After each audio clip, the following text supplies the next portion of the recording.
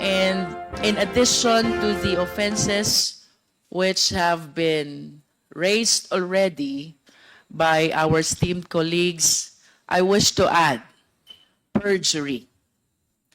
Perjury can be committed orally or in writing. If it is orally, the perfect example or illustration, I believe, are misrepresentations during inquiry in aid of legislation.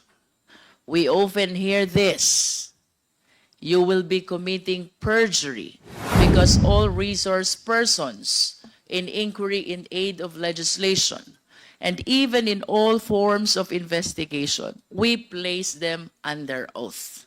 At ang lahat ng pagsisinungaling while under oath, we call it perjury. Again, the best illustration of an oral perjury are those committed by resource persons appearing in this investigation while making several misrepresentations.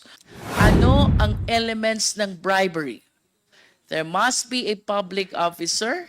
The accused is a public officer. He received directly or through another some gift or present. The receipt was in consideration of his commission of some crime, and that relates to the exercise of his function as a public officer.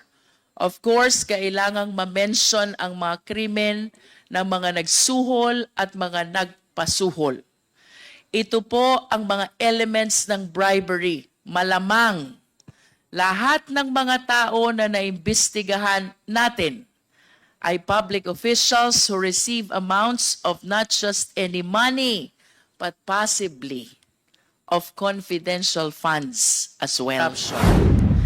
I wish to manifest that there is a chance that the three key officials of DepEd, who I previously mentioned, Yusek Mercado, Mr. Osayas, Ms. Catalan, were not only employees of DepEd who receive envelopes with cash. I believe that it is only a matter of time. And I hope that light be shed on this alarming revelation.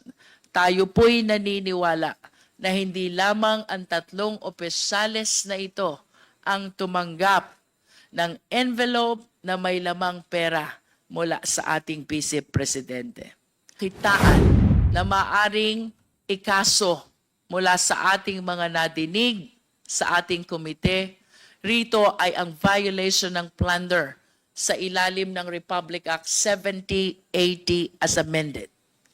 Ang basis po natin ay lahat ng mga nakalap na impormasyon patungkol sa paggasta di umano ng OVP at ng Department of Education ng confidential funds sa ilalim ng pamumuno ng ating Vice Presidente. Mapapansin po natin na wala pong naipakita na ebidensya kung saan totoong napunta talaga ito. Pinatutunayan lang ng mga opisinang ito sa pamamagitan ng acknowledgement receipts na atin namang napansin ng napakaraming anomalya.